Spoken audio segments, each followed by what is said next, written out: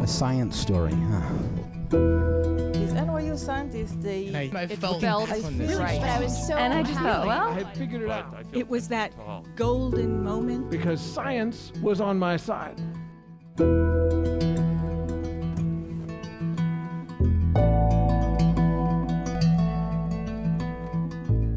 Hey everyone, welcome to the Story Collider, where we bring you true personal stories about science. I'm your host, Misha Gajewski, and this week, both our stories deal with that unpleasant physical sensation known as pain. Pain is actually really, really strange. Sure, it's an indispensable tool for survival. Like, if you touch a hot stove and it hurts, you're obviously more likely to remove your hand and keep it from turning into a charred mess. And in an ideal world, we'd only experience pain if it was related to actual physical damage to our body. But what's wild is that science has found that people can still feel pain even if there aren't any pain receptors. People who have had their limbs amputated will report feeling pain in their missing arm or leg. It's called phantom pain. But all that is to say, pain is notoriously subjective, and research has found that biological and psychological factors influence how we experience pain and how our nervous system reacts to harmful stimuli. In other words, what hurts for me might not hurt for you. Although, I'm pretty sure if what happened with our storytellers happened to me or you, we'd also be in a lot of pain. Our first story is from Renee Joshua-Porter. It was recorded in the Before Times in October 2018 at Caveat in New York City. The theme that night was Under the Radar.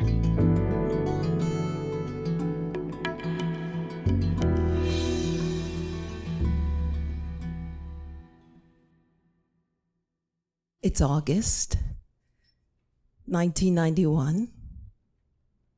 I'm 25. Do the math. I'm 9 months pregnant. I'm 5 days past my due date. I'm married. I live in Brooklyn. It's 90 degrees. It feels like 106. I'm angry. I'm really angry. And I force Keith to take me for a walk. I pride myself on being pretty well-read. I know more than the average Joe. I don't think I'm a know-it-all, but most people do.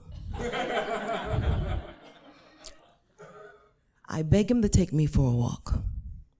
We're walking until I go into labor. We're not going back into that apartment.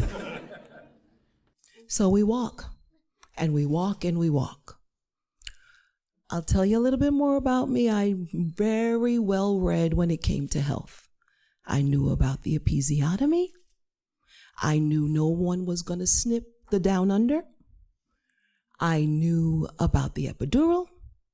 There would be no injections in my spine. I knew about Lamaze because I took it. I couldn't convince Keith for me to give birth inside of the bathtub. But I'm informed. I'm informed. We walk, 40 minutes in. A little bit afterwards, my water breaks. We're excited. I'm in labor. I'm in labor. But the water is brown. Meconium. I had read about meconium. When the baby passes his bowels in utero, it can go into fetal distress. Keith, get me to the hospital. Get me to the hospital now. He flies me downtown to Brooklyn Hospital. They grab me. They strap me flat down onto the bed. They hook up the fetal monitors. And at that point, they tell me, don't move. I'm sorry. Can you repeat that, please? Don't move. How is that supposed to work? I don't quite get it. I'm in labor. There's a lot of pain, and you're telling me not to move. You can't move, Mrs. Porter, because if you move, you can put the baby into fetal distress. You have to stay still. So I'm strapped to the bed, hooked up to the fetal monitor, and I start to get hysterical. The pain is increasing. The pain is increasing. But something strange happens.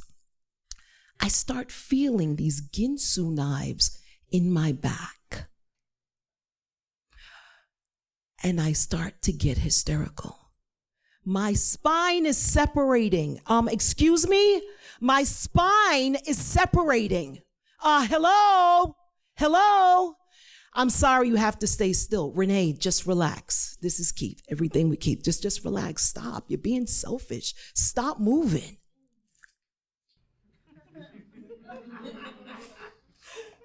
Stop moving? Yes, stop moving. You're being selfish. Think about the baby. What do you mean think about the baby? Get out of my face. Just get out of my face. All right? Why don't you just move? Get out of my face. At that point, my mother is there. And I start going ballistic because I'm having labor pains. Along with the labor pains, I'm having the knife stabbing in my back. Nobody's helping me. I'm strapped to the bed. Keith's telling me not to move. And now I said, you know what? Let's just start cursing everybody out. Let's curse everybody out. F you. F you. You can kiss. You can kiss. It's on. And now, at this point, I'm really mad because Keith, he's telling me I'm being selfish, and my mother is telling me to pray. I don't want to pray. I don't want to pray. So we're going back and forth. And at this point, Keith and my mother are at the door. And they decide nobody wants to talk to me. And I'm watching them. No, you go in. No, you go in. No, you talk to her. I'm not talking to her, dolls. I'm not talking to her either because I'm going to slap the shit out of her. That's why I'm not talking to her. So, and they're back and forth. And I'm upset. And then finally, Keith lost the debate. So he comes back over. And my back is separating. And the pain in my spine is getting more severe. And it's a stabbing, and it's a stabbing, and it's a stabbing. And the nurses are doing their drive-bys. They come by, they look to see if I'm still, they look to hear and check on the baby's heartbeat, and they're gone again.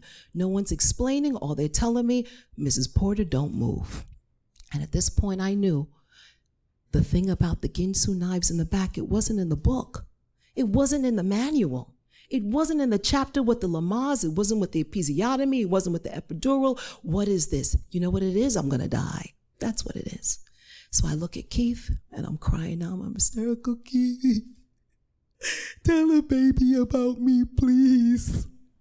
Tell her I was good. Tell her I'm kind. Tell her I'm a good person because I'm not going to make it. And he's looking at me, and he's okay, Renee, and his eyes are glossy. And he says, Renee, but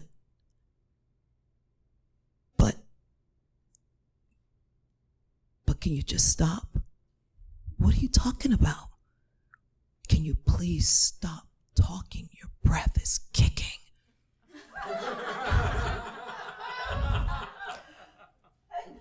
Is it really? Yeah, it's really bad. Oh, I'm sorry. Maybe because my throat is dry. Can I get some water? No, you can't have anything by mouth. I hate you so much. God, I just wish you'd die. And I'm cursing, and he leaves. And at this point, I feel totally abandoned. So I'm like, it's in now. I'm out. I'm cursing again. I'm cursing the nurses. Somebody help me. Please, somebody help me. My back is separating. At this point, I had labeled it. Spinal detachment. Because that's what I do. I make things up, right? It's spinal detachment. I'm experiencing spinal detachment, and I'm cursing, and I said, I know I'm going to die, and I'll never get to see my baby, and I'm being punished for all the bad things I've just done in my life. And I'm carrying on, and I'm carrying on. And this woman walks into the room, a middle-aged black woman, kind of thick. And she walks in. And she says to me in a thick Jamaican accent, Mrs. Porter, Mrs. Porter, you know why they call it labor? Because it's work. Now shut up. Shut your mouth. You can't sit in here and cuss everybody out like this. It's labor. Behave yourself. Just behave your damn self. And at that point, I'm sorry. I'm sorry. I'm the 5-year-old caught with the cookie. I'm sorry, I hurt so bad. Where hurt? It hurts so here. My back hurts. Show me where it hurt. Right here, right here, right here. Come over here. Come on, let me rub it for you. Come on. And she's, it's all right. It's all right. You're going to be okay, okay? All right. It happens sometimes. Some women get back labor. Back labor? Back labor, yes. Sometimes the way the baby's situated and the baby push against your back, you get back labor. Is the head of the baby push on the spine? I didn't know I was going to die. And she's like, you can't behave like this. You can't be cussing people out and carrying on like a mad woman. All right? Tearing up the place. Come on now. Enough is enough. I'm sorry. I later learned that back labor is actually when the baby is face up and is pushed against the spine, and the worst position to be in is flat on your back. It actually prolongs the labor and intensifies the whole process. Nobody told me that, except for the nurse. So 9 hours later, after the episiotomy, after the epidural, and the drugs, I had an 8-pound, 6-ounce girl, 23 inches long, healthy, but I was traumatized. I waited like 6 years and had another baby. Not on purpose. Just happened, you know. That one, no back labor. I just labored from one day to the next, but no back labor. 5 years later, I had another baby. I know I'm a glutton for punishment. This time, though, I decided that the first baby, who was now 11, would be in the room with me when I had the third one. That was a very zen environment. I had music playing. I had a coach to help me pray. I was into praying by then. It was very zen, and everyone was trying to tell me, Renee, don't you think this is too traumatic for her? She's 11. Don't you think she'd leave her there? Don't leave her right there. She's not moving. Look. I thought it was very important that she learned, first of all, how to create her own environment to give birth, how to become her own advocate, and it was a perfect way to ward off teen pregnancy. Thank you.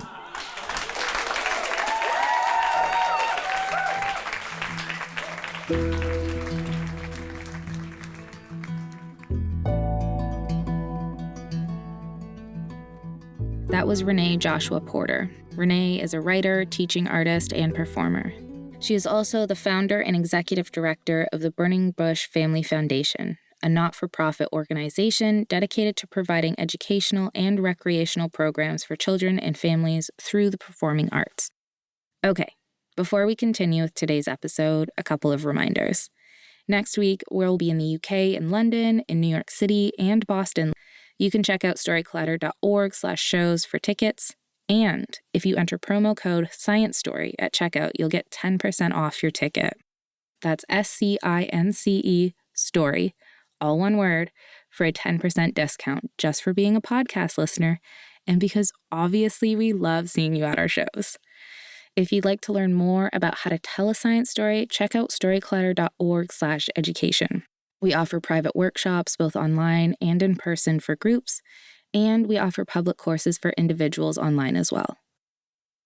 Also, for more updates and cool behind-the-story pictures and other awesome content, you should follow us on social media. We're on Instagram, Twitter, Facebook, and TikTok. Find us at Storyclatter. And finally, if you're a fan of this podcast, and if you, like us, believe in the power these stories have to reveal the humanity behind science, to change our understanding of how science happens and who it belongs to, please consider donating to the Storyclatter at storyclatter.org/donate. Also, if you're just plain old tired of listening to ads on this podcast, you can also sign up to our Patreon at patreon.com/thestoryclatter. Our Patreon supporters receive an ad-free version of this podcast, as well as occasional bonus episodes and other gifts. We're so grateful to everyone who helps make our work possible. What's the best way to learn a new language? Immersion. But sometimes that's not in the cards. But you can still learn a language the second best way, and that's with Babbel.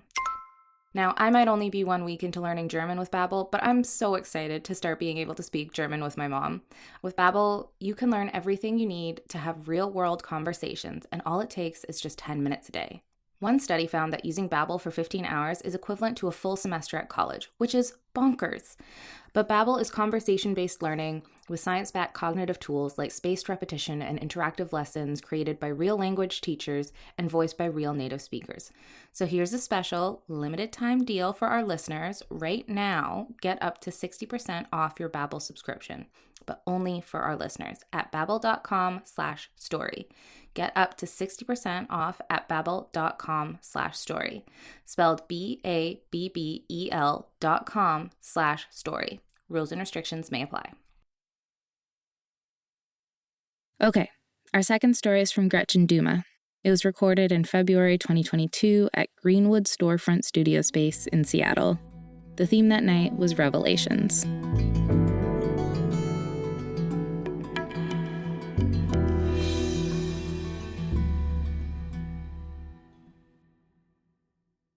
When I was in college and didn't have anything to do on a Friday night, I would head down to our dorm's TV room with all the other sci-fi geeks to watch the latest episode of The $6 Million Man. Now, this show's premise was that its hero, Steve Austin, was a NASA test pilot who had been in a horrific accident. All the best scientific and medical minds had descended upon him to put him back together like Humpty Dumpty, only with futuristic wiring and bionic parts, and in the process they gave him some superpowers. A couple of seasons later, his fictional girlfriend got her own TV series, The Bionic Woman. Let's hear it for equal opportunity cybernetics. This was 1974, and I loved sci-fi, but I didn't take any of it too seriously. I mean, sure, there were external prostheses for accident victims and amputees, and organ transplants were becoming, if not routine, at least achievable. But part robot, part man with superpowers in real life, not likely. My attitude towards replaceable parts changed radically some years later when my knees started to give out. I discovered slowly by day, little by little, that I was going to be walking with pain, deep, excruciating pain. Getting in and out of a dining room chair was a major ordeal, and using a public bathroom, forget about it. I mean, you never know how low toilet seats can get until you have to sit on one while your knees are giving out. And of course, nobody wants to hear crying and moaning coming from the stall next to them. It got so bad that I started to walk with a cane. And going to the grocery store became this crazy juggling act between me, the cart, and the cane, where the cane usually ended up between the wheels of the cart, or I would lose my grip and it would fly down the aisle towards some unsuspecting fellow shopper. It was also embarrassing. I was embarrassed to go out with my friends because I felt like I was the feeble old grandmother that somebody had unwillingly had to bring along. And mostly, I was terrified. I was terrified that I was going to lose my ability to perform. This was never more true than when I was cast in a play in a leading role, which, by the way, never happens to character actors, of which I am one. We always get the secondary parts. But it was a leading role in an excellent comedy, and I was so elated and I was so worried because I knew it was a highly physical show, and it was being done in Tacoma, which is about an hour's drive from Seattle. That meant a rather long commute, both pre and post show. But it was a leading role. So of course I took the part. And I did the entire show on Vicodin. I managed to time my pain relief because I had to enter this particular show coming down a flight of stairs and sword fighting, no less. The pain relief would hit just when I needed it, but not enough to obliterate my memory of my lines or my blocking. Then I'd grab a big bag of ice and I'd plop it on my knee for the long drive home. This whole episode was the thing that finally spurred me to consult an expert, a sports medicine doctor and an orthopedic surgeon who had become quite renowned for dealing with the knees of Seattle's pro athletes. He was a short fellow, in his mid-50s, a little bit balding, immaculately dressed in a suit, not a lab coat.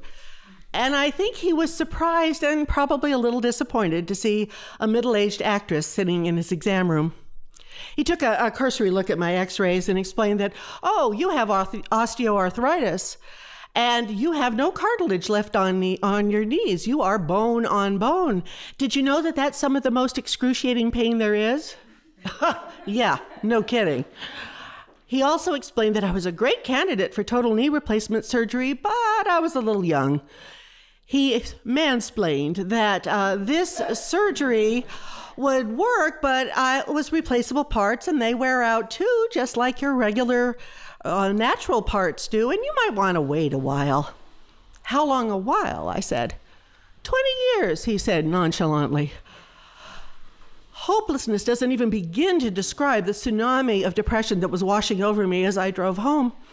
But I found my solution on late night television about a year later. I was having insomnia, flipping through the channels, and I happened on the grand rounds of the UW Medical Center. The doctor giving his presentation was an orthopedic surgeon whose specialty was knees, and he was describing this brand new procedure, minimally invasive quadriceps-sparing knee surgery. The advantage to the patient was a shorter recovery time and a much shorter time in the hospital. I was on the phone to his clinic the very next day. And through a series of appointments, I became quite the expert on knee anatomy. I found out that this surgery was great for the condition I was suffering from, and best yet, this surgeon didn't care where or when I had the surgery. His only advice was, don't have both knees done at the same time. Do them one at a time. My hospital stay was short as promised. The surgery went well, and I was sent home to do rehab. My best friend Larry came to stay with us that first week when I was home from the hospital, so my wife could go back to work. And the home health care nurse who showed up was delightful. A plump, short brunette with a sweet smile and a caring disposition. She would gently coach me through a series of harrowing balancing and stretching exercises, encouraging me as I gingerly hobbled around the house. Oh, Gretchen, you're doing so well. Larry, a 6'1" former priest with an arched eyebrow and the sardonic delivery that only a drama queen can master, had a decidedly more assertive approach. Bitch, get out of bed and do your rehab, he'd say every morning. But Larry was the one who drove me to my post-surgical appointment and held my hand while the nurse removed 27 surgical staples from my incision. And he was the one who was cheering the loudest when I managed to make it down the hallway of the clinic cane-free for the first time. You know, actually mastering walking wasn't the hardest part of the whole thing. It was being able to flex my knee a full 90 degrees and completely straighten it out again. Maneuvers that were going to become essential if I ever wanted to, put on a pair of pants or drive the car again. And there was pain. I don't know why I hadn't anticipated the pain. Did I think that popping in a new knee was going to be like changing the battery in a flashlight? Of course, the pain was different because this post-surgery pain would eventually go away, right? I became an expert on the relative merits of gel packs versus crushed ice, and I looked forward to the biting cold when it would hit my knee after a particularly tough rehab session. But it was pain nonetheless, and I also developed a very intense fear of falling when I tried to walk without my cane. I was having this weird mind-body disconnect. I had this one knee that wasn't repaired and that was unstable, and then I had this repaired knee, but I didn't trust it either.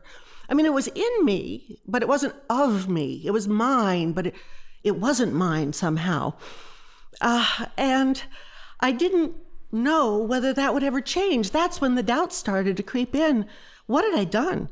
I mean, did I really think a replaceable part was the solution? And could I have the stamina and the willpower to keep working through rehab those long hours of pain ahead of me?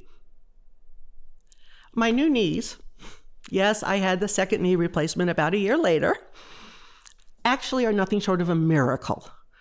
The first time I went to a public restroom and sat down, no cane, no pain, I almost laughed out loud, which would have been hard to explain to the adjoining stalls. And what's miraculous is I never think about them, except when I'm at the airport and have to go through one of those screening machines, and then I alert the screeners to my bionic parts so they're not surprised. My own personal superpower is I do things that are absolutely ordinary and would be absolutely unachievable without these new knees, like climbing a ladder to hang my Christmas lights or getting down on all fours, albeit with a knee pad, to dig in the garden, or balancing on one leg in a yoga class. Now, I admit that my tree pose is more quaking aspen than mighty oak, but as the yogis say, it is practice, not perfection. And when I found out earlier this year that osteoarthritis had taken all the cartilage out of both of my shoulders, I looked forward with an eagerness, a willingness to have my first ever total shoulder replacement surgery, knowing that the surgery would restore my ability to move like a normal person, and that my new apparatus would become simply another part of me, given enough persistence, patience, ice, and time. Thanks.